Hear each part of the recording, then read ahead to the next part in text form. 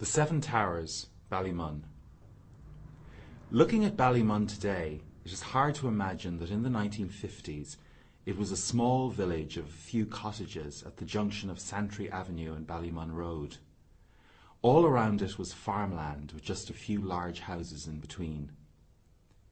Apart from an area of houses called the Waddeli Estate, which had been built in the late 1950s, it remained like this until the 1960s. In that time, many people lived in the city centre, in old run-down buildings called tenements. Before this, tenements were the big houses of the rich. When their wealthy owners moved into the more fashionable areas, the houses were divided into smaller units and poor people moved in. Often two families shared one room, or families lived on the landing. Children from these families were called lobby-reared. There were also no bathrooms and not enough toilets for all the people. By 1963, many of these tenements had become too dangerous to live in, but their tenants could not afford to buy their own house, so the government decided to build new blocks of flats for them in Ballymun. In the 1960s, planners and architects thought that the best way to house many people very quickly was to build high towers with as many flats in them as possible. So, between 1966 and 69, Ballymun Towers were built on the outskirts of the city. There were 7 of them. Each was 15 stories tall, and there were 90 flats to each tower and 6 to each floor. That's an awful lot of flats. Apart from the towers, the government also built some smaller blocks of flats and some houses in the area. The towers were named after the 7 leaders of the Easter Rising of 1916.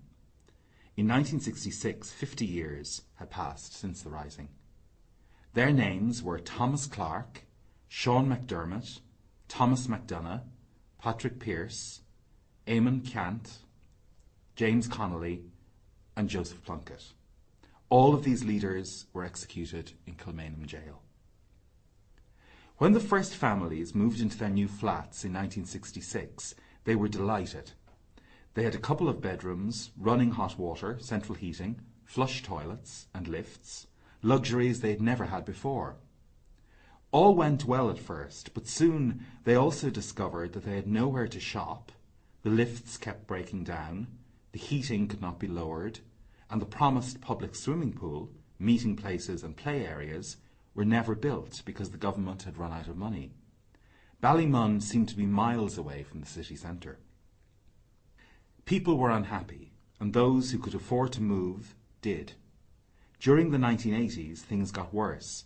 Many people had no jobs, and there were problems with stolen cars and drugs. Many of the flats stood empty because nobody wanted to live in Ballymun anymore.